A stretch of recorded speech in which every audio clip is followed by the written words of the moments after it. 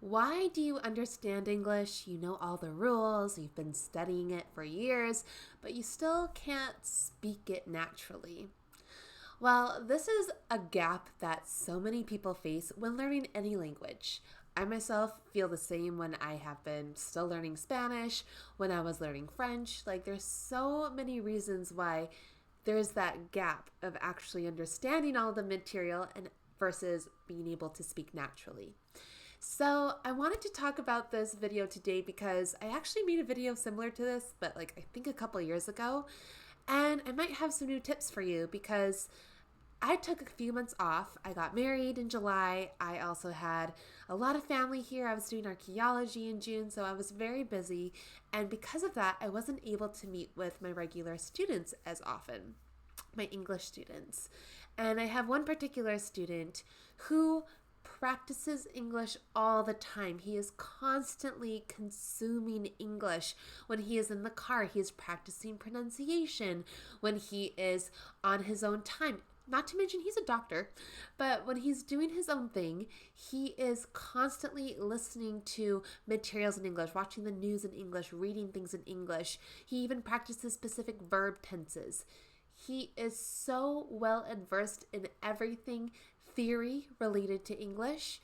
However, when it comes to speaking, his mind kind of jumps a little all over the place, but he cannot connect the two things. He's able to just know all the information, but to be able to speak it is kind of lacking. It kind of makes him sound like he doesn't actually know English that well. So we're going to talk about some of the things you can do to bridge that gap. And honestly, I think this is something a lot of people can relate to, so I hope you can take some notes. My name is Dawn, and I help people get from intermediate English to advanced English. Kind of exactly what we're talking about today, which is to bridge that gap between what you know and what you should know, and actually speaking like a native English speaker. So let's talk about my student some more because I knew off the bat that his biggest issue was that he wasn't actually speaking every day when I was away for a few months. He didn't have anybody to practice to. He didn't speak to anybody. We usually have classes together about 2 or 3 times a week. And if you'd like some classes, please let me know. But he didn't do that at all when I was away. For almost 3 months, he didn't have somebody to practice with. Now, this can be the case for lots of people. If you're in a country that doesn't have any English whatsoever, then it can be a little tricky. However, there are some things you can do that can really help you because in his case, even though he knows everything, once we got back together after a few months, it was almost like he regressed a lot in his speaking abilities. Before, because we were meeting so often, it kind of just felt more natural. It kind of felt quicker. The way he thought was quicker. The way he used expressions was more natural. However, because it had been some time, he kind of forgot and it felt uncomfortable. And so that really wants me to bring you to the first thing, which is English muscles. So I like to call them English muscles. It's nothing particular. It's nothing scientific. It's basically the muscles you use in the mouth and how often you need to use them. Because when you're speaking different languages, you are using different muscles in your mouth, quite literally. I speak French, and when I speak French after a long hiatus, I have so much pain in my throat because in a regular basis, I'm not speaking with my throat like I would in French. It's all like ha ha ha ha. And so after a day of speaking French after a hiatus, I have so much pain here. I need to drink tea with honey. It is painful because those muscles are not familiar with speaking French anymore. And that goes to the same for English, for Spanish, for anything that uses different parts of your mouth and throat than you're not accustomed to, then you need to develop them. It's exactly like going to the gym. I always use this comparison. Learning a language literally is like going to the gym. If you do not consistently practice, if you're not consistently working out, then all of your progress regresses. All those muscles you built up at one point, it starts to get weakened. And so you need to consistently practice. I think you're starting to get my point. And I'm sorry if I sound repetitive, but I just really want to make this point. If you want to speak naturally and you want to speak and actually use all the things you know about English, you have to just speak. And so using those muscles in your mouth, especially in English where it's all around here. In Spanish, I found that it's all on my tongue. In French, it's all in my throat. But in English, you're just using these muscles, but you're kind of speaking more at your teeth and your lips than you are with anything else. And so that might not be comfortable for you. And that's why it's another layer when you are trying to speak and you can't spit out the words because you're not used to using those muscles quite physically.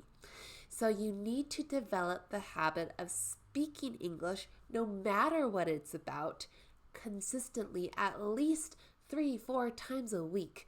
I'm not talking about a long time, maybe like 10 minutes a day. And what can you do 10 minutes a day? Well, if you have a friend who's abroad, maybe you have a buddy who speaks English natively or anybody, and you just want to send them some WhatsApp voice notes. You can literally pull it out, speak, 10 minutes, catch up on life, catch up on what the holidays were like, whatever it is, just speak. Or if you don't have a particular friend you can practice with, then just make those WhatsApp notes to yourself, because that way you're actually practicing, you're actually using the words. It could be like a little voice note journal, a little diary, it could be about what your day is, could be about what you're feeling, whatever it is. The point is you need to just speak, and then eventually the words will come out naturally. Now, another thing you can practice if you are unsure is shadowing. And that's as simple as watching something on Netflix, listening to somebody speak for a couple of sentences, hit pause, try to mimic exactly how they're saying things. This will help a lot with pronunciation if that is your goal. I always tell people, do not focus on your accent. Your accent is natural, it's normal. My Filipino mother, who's been living in Canada for 35 years, still has an accent, and people understand her English perfectly fine. So do not be ashamed of your accent. However, if pronunciation is a goal of yours, then shadowing helps a lot. And shadowing also gives you some material to practice using those English muscles in your mouth. And you really want to make sure that you're also thinking in English all the time. When you think in English, you'll be surprised at how natural you'll start to speak it. So I actually practice this quite often with my French. Now, to give you some background, if you don't know me, I learned French when I was 5 years old growing up in Canada. I was in French immersion. I did all of my schooling in French. All of my subjects were in French all the way through high school.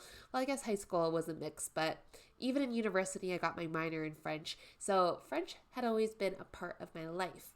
However, after university, boom, I don't speak French anymore because I'm not from a French-speaking part of Canada, and I don't usually use it every day. I don't have many friends who actually speak French. So it's something that I have to fight and try to use often if I want to maintain it. And thankfully, I have a job now in archaeology where I have some colleagues who only speak in French or in Spanish. So I choose to speak to them in French. But I only meet up with them like once a year. So before I know I'm going to see them, what I do is I start thinking in French intentionally. Sometimes it's hard to just get in the habit of speaking or thinking in another language, but you have to really do it. You have to intentionally think about it, and it will become easier. For example, if I know I'm going to meet up with my French colleagues, what I do is I start watching the news in French. I love to consume news. I know it's not healthy mentally, but I love watching the news. I love to stay informed, and I choose to just watch it in French.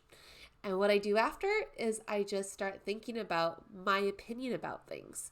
This really helps with like specifically debates, or expressing or being able to make strong arguments. That's really important for me and how I have conversations with people. And so I start to think, okay, this is what that's what they're talking about in the news. This is how I would react, or this is how I would form my opinion about this. And I would just start literally thinking about it in French. And then I usually find the rest of the day I am accidentally thinking in French. So it's something that you should use, because then when you go to speak, it comes out naturally. It's kind of like, you know how sometimes you just say things that are in your head? That will eventually turn into English or turn into French or whatever language you are starting to naturally think in. You will naturally start to talk about it out loud. So those are just a few tips. I don't want to overload you with so many tips. This is already over 10 minutes long. And so I just want you to sit with that, think about it. I hope you took some notes so that you can start practicing things.